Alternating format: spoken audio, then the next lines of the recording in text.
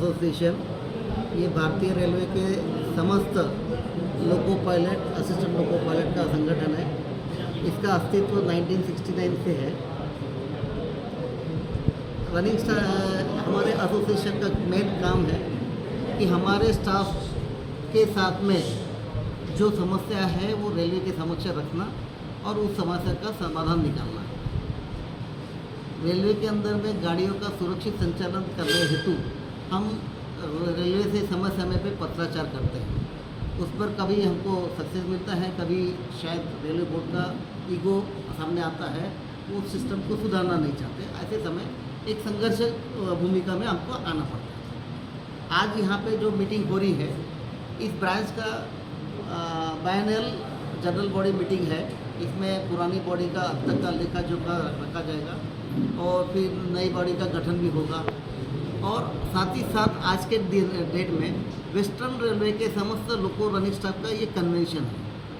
वर्तमान में रेलवे के अंदर में जो प्राइवेटाइजेशन चल रहा है उससे क्या समस्या खड़ी होगी, उसके कारण एम्प्लॉयमेंट के ऊपर में क्या असर पड़ेगा, उसके कारण पब्लिक को क्या इनकन्वीनियंस होगा, उसके ऊपर भी चर्चा किया जाएगा।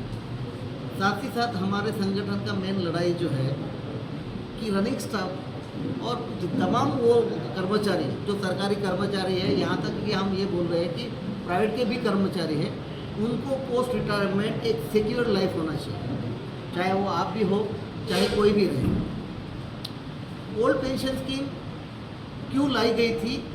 क्योंकि आजकल मीडिया के माध्यम से सरकारी तंत्र को ध्वस्त करने की जो कारपोरेट प्रणाली है, उस कारपोरेट प्रणाली में ये बताया जा रहा है कि ओल्ड पेंशन स्कीम के कारण बजट के ऊपर में काफ़ी बड़ा असर हो रहा है, जबकि ये गलत प्रचार है।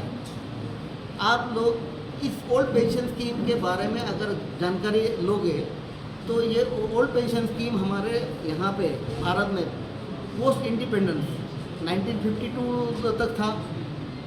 52 में नया उसमें अमेंडमेंट किया गया। 62 में वो पेंशन स्कीम रोककर कॉन्ट्रीब्यूटरी प्रोविडेंट फंड स्कीम चालू किया गया। तो कॉन्ट्रीब्यूटरी प्रोविडेंट फंड में एक पोर्शन एम्प्लॉय का आता है, एक पोर्शन एम्प्लॉयर डालता है। तो ये 62 से 72 तक चलता रहा। हमारे देश के सामने में आपको पता है कि पोस्ट इंडिपेंडेंट हमारे सामने 3 युद्ध हुए, 4 छोटे युद्ध हुए और प्रॉक्सी वॉर भी चलते रहा। तो ऐसे समय में गवर्नमेंट ने क्या सोचा कि हमारी इकोनॉमिकल कंडीशंस के चलते हर महीने का कंट्रीब्यूशन हम एम्प्लॉय के खाते में जमा करने की बजाय वो क्यों न हम नेशनल इंफ्रास्ट्रक्चर पे लगाए और उसके बदले में पेंशन स्कीम चालू किया जाए।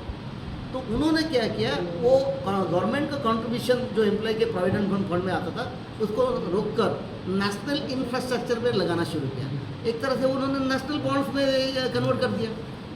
अब बात आती है कि नेशनल इंफ्रास्ट्रक्चर में जो पैसा लगाया, अभी समझ मान लो कि मैं एम्प्लॉय हूँ, आपको जो दे रहा हूँ उस पैसे से मैंने आपको न देते हुए एक बिल्डिंग खड़ा कर दिया, कमर्शियल कॉम्प्लेक्स। उस कमर्शियल कॉम्प्लेक्स का मैंने कमर्शियल पर्पज से यूज़ करना शुरू किया, उससे प्रोडक्टिविटी हो रही। जब मैंने आपका पैसा इस पर लगाया था तब उसकी वैल्यू थी 3 लाख, आज इसकी 3 करोड़ हो गई। तो आपका शेयर वैल्यू बढ़ा। अब उस शेयर वैल्यू के इंटरेस्ट के तौर पे अगर देखा जाए तो वो आपका पेंशन है, और जो आज इसके ऊपर किराया मिल रहा है वो हमको डीए के रूप में दे रही है। तो ओल्ड पेंशन स्कीम का बजट में कहाँ से आ गया? क्योंकि हमारा पैसे से भाखड़ा नांगल डैम बन सकता है, तो एटॉमिक एनर्जी सेंटर बन सकता है, दुनिया भर के इरिगेशन, इंडस्ट्रियल, स्टील प्लांट, ये सब इंफ्रास्ट्रक्चर खड़ा हुआ। तो आज उसकी जो प्रोडक्टिविटी है उससे अगर हमको पेंशन दे रही है तो गवर्नमेंट के बजट में कहाँ से फर्क आ गया? तो ये एक गलत जो प्रथा है इसके खिलाफ लड़ाई लड़ रहे हैं। क्योंकि हमारा जो देखो, आपको ये बता दूं कि सुप्रीम कोर्ट का एक जजमेंट आया। उन्होंने क्या बोला, पेंशन जो है ये बख्शी ही नहीं है, ये डिप्रेस पे है। डिप्रेस पे बोलो तो कौन सा? जो सरकार हमारे प्रोविडेंट फंड में डालती है। अब गवर्नमेंट ने हमारे प्रोविडेंट फंड में डालने के बजाय अपने तरफ डाइवर्ट कर दिया, तो पहले तो उसका हिसाब दो ना। कि हमारा पैसा आपने कहाँ कहाँ डाला, उसकी प्रोडक्टिविटी क्या है और उस प्रोडक्टिविटी का आज क्या है। आपको याद होगा सेकंड वर्ल्ड वॉर के बाद में जर्मनी ने अपने को रीबिल्ड करते समय नेशनल बॉन्ड्स निकाला था और वर्ल्ड से लोगों को बोला गया था कि आप हमारे देश के उद्धार के लिए इन्वेस्ट कीजिए, इसके बदले में आपको रिटर्न्स मिलेंगे। हमारे इंडिया में भी एक हैदराबाद में व्यक्ति है जिसके पास में जर्मन बॉन्ड्स है, उसकी वैल्यू आज हजारों करोड़ रुपए की है। इसके बारे में बीच में आया भी था। वैसा ही अगर हमारा तो पीएफ का पैसा जो गवर्नमेंट डाली थी, हालांकि वो हमारा डिप्रेस पे है, वो पैसा गवर्नमेंट प्रोजेक्ट में लगा है तो उसकी प्रोडक्टिविटी में हमारा शेयर वैल्यू कितना होता है, उसके बदले में आप जो पेंशन दे रहे हैं और उससे जो प्रोडक्टिविटी हो रही है वो डीए के रूप में दे रहे हैं, तो फिर बजट में कहाँ ही आ रहा है। तो ये एक जो प्रचार गलत चल रहा है उसके खिलाफ हमारी लड़ाई है। रही बात है कि रेलवे के अंदर में पोस्ट इंडिपेंडेंट जो क्रोनोलॉजी थी कि हर एक एम्प्लॉय का एक पे ऑफ द पोस्ट था। तो फर्स्ट पे कमीशन में हमारा पे ऑफ द पोस्ट क्या था, जहाँ पर रनिंग स्टाफ का जो सेकंड फायरमैन था उसका पेमेंट था 45 रुपये फर्स्ट पे कमीशन, और उस समय रेलवे के अंदर में टीसी का पेमेंट हुआ करता था 25 रुपये, एएसएम का पेमेंट हुआ करता था 30 रुपये, ये सर टेक्निकल आदमी का पेमेंट हुआ करता था 35 रुपये। वहाँ पे मेरे फर्स्ट फायरमैन का पेमेंट जो होता है वो 45 रुपये था, फर्स्ट फायरमैन का था 55 रुपये। तो वो क्रोनोलॉजी मेंटेन होना चाहिए था, 7वां पे कमीशन था, लेकिन ऐसा हुआ नहीं। फर्स्ट पे कमीशन में जो हमारा अपर पोस्ट था वो आज लोअर पोस्ट में चलो, यहाँ तक कि 7वां पे कमीशन में एक ये सिचुएशन आ गई है कि जहाँ हमारे पोस्ट के प्रमोशनल पोस्ट जो अपेक्स है रेलवे के अंदर में, यार्ड में शिफ्टिंग करने वाला सीनियर सेंटर और हाई स्पीड बुलेट ट्रेन चलाने वाला मेल एक्सप्रेस लोको पायलट सभी एक पे स्केल में है। दुनिया में ऐसा कहीं होगा? ये सबसे बड़ा डिस्क्रिमिनेशन हुआ। और ये होते समय जो मजदूरों के मसीहा थे, जो फेडरेशन ने अदर कैटेगरी के पे स्केल बढ़ाया, बहुत अच्छा काम किया, लेकिन हमारे पे स्केल जब घट रहे थे तो वो लोग हमारे समर्थन में काम नहीं कर पा रहे, तो हमको हमारी भूमिका लेना पड़ेगा ना। उसके लिए हमारा संगठन लड़ रहा है। हमारा रेलवे बोर्ड की गलत पॉलिसी के अंतर्गत जो सबस्टैंडर्ड पोस्ट है हमारी कैटेगरी के, जैसे मोटरमैन में है जो भर्ती लेके आए हैं, जो मेट्रो में मोटरमैन में काम कर रहे हैं, 50 किलोमीटर के दायरे में काम कर रहे हैं, वो लोग एमएससीपी के अंदर मॉडिफाइड एश्योर्ड करियर प्रोग्रेशन में उनको 5400 का ग्रेड पे, यानी कि आज के डेट में वो पे लेवल 9 में है। और मैं राजधानी लोको पायलट हूँ, नागपुर डिवीजन में मैं पे लेवल 6 में हूँ। वो वहाँ पर 2.5 लाख पेमेंट उठा रहा, मैं यहाँ पर ले रहा हूँ 2.25 लाख रुपये, तो ये तो गलत हो गया ना। मैंने हाई स्पीड लोको पायलट के लिए highest level medical standard high speed super phyco बोलते हैं, वो सब पास कर रहा हूँ, और उसके बावजूद मेरे को पे लेवल मिल रहा है पे लेवल 6। तो ये जो डिस्क्रिमिनेशन हो रहा है ये हमको मान्य नहीं है। इसके लिए हमारा संगठन लड़ाई लड़ रहा है। रेलवे के अंदर में हम सेफ्टी से काम करना चाहते हैं, लेकिन सेफ्टी से काम करने कौन नहीं दे रहा। मैं अगर सेफ्टी पालन करता हूँ तो डिवीजन लेवल पे मेरा बॉस जो है प्रेस्टीज इश्यू बन रहा है। अरे मैं बोल रहा तुम चलो, तुम देखो कैसे कुछ नहीं होगा, कुछ होगा तो मैं हूँ कौन है?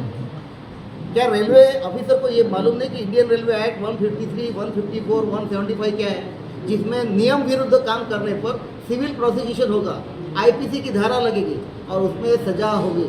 तो क्या ऑफिसर को मालूम नहीं?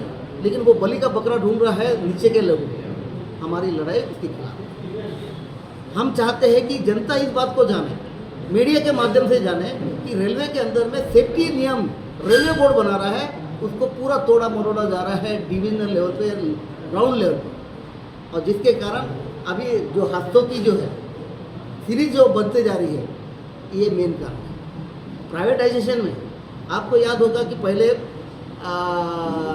रेलवे की तरफ से खाना सप्लाई होता था, उसका बजट पास होता था। बजट में 1.5 रुपये की चाय 2 रुपये हो जाती थी और खाना 10 रुपये का 12 रुपये होता था, तो 2 दिन 3 दिन पार्लियामेंट हिलता था। जो 10 रुपये का खाना आज 130 रुपये में हो रहा है और उसकी क्वालिटी और क्वांटिटी दोनों में गिरावट हुई। सफरर कौन है? पब्लिक, उनकी सेहत के साथ खिलवाड़ हो रहा है। आप राजधानी में पहले ट्रैवल करना चाहते थे क्योंकि उसका खाना बहुत अच्छा था, रेलवे सप्लाई का। आज IRCTC के माध्यम से सब स्टैंडर्ड कॉन्ट्रैक्टर जो है खाना सप्लाई कर रहे हैं। क्या उसमें का खाना खाने लायक है? इसका जनमत किया जाए। और जो जिस टाइप की वर्किंग बढ़ रही है, ट्रैफिक बढ़ रहा है, हम रेलवे के साथ में हैं, लेकिन साथ में काम करते समय हमारे जॉब इवेल्यूशन होना चाहिए, पे ऑफ द पोस्ट डिसाइड होना चाहिए, प्लस स्ट्रेस एनालिसिस होना चाहिए।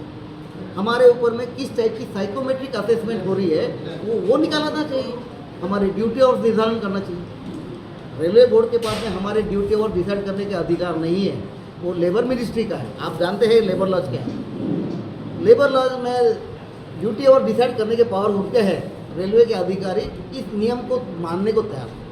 पीरियडिकल रेस्ट, जैसे संडे को सबको छुट्टी रहती है, वैसे भी हमारे लिए भी 7 दिन में एक रेस्ट होना चाहिए। उसको ये लोग ग्रांट नहीं करते। सिक लीव रिजर्व कोटा होता है, वो ये वैकेंसी फिलअप नहीं कर रहे। इकोनॉमी किस आधार पर? जो रेलवे के प्रोडक्टिविटी को बढ़ाता है, चाहे वो लोको पायलट हो और जो पब्लिक रेलवे की प्रोडक्टिविटी में कंट्रीब्यूशन दे रहा है, उनकी जान के साथ खिलवाड़ करके, तो हमारा लड़ाई इस खिलाफ है। सरकार गवर्नमेंट एम्प्लॉयमेंट को ख़त्म करने का प्रयास कर रही है। आप ये समझ लीजिए कि गवर्नमेंट एम्प्लॉयमेंट ख़त्म होता है तो प्राइवेट में मिनिमम वेजेस एक्ट होगा क्या? अगर मिनिमम वेजेस एक्ट नहीं होगा तो पर कैपिटल इनकम क्या होगा? जब पर कैपिटल इनकम नहीं होगा तो नेचुरली इसका इफेक्ट क्या होगा? मार्केट पर। और मार्केट में लोगों के जेब में पैसा नहीं होगा, इंडस्ट्री कोलैप्स हो जाएगी, बेरोजगारी बढ़ेगी। तो इसका इम्पैक्ट पूरे देश में जहाँ हो रहा है, तो ऐसे समय में हमारे को आने वाले जनरेशन को प्रोटेक्ट करने के लिए उनके हाथ में अभी जो अग्निवीर का जो प्रस्ताव हुआ, आप जानते हैं कि मेक्सिको में भी इस टाइप के प्राइवेट मतलब कॉन्ट्रैक्ट मिलिट्री फोर्सेस का भर्ती किया। जब वो उस कॉन्ट्रैक्ट से मुक्त हो गए तो उसको ड्रग लॉ ने अपने मिलिट्री में भर्ती करा लिया और पैसा हर आदमी का ईमान खरीद लेता है। तो क्या हमारे देश में इस टाइप की अनस्टेबल सिचुएशन को देखना है? अगर नहीं देखना है तो हमको हमारा रोल निभाना है और वही हम करने जा रहे हैं। Thank you.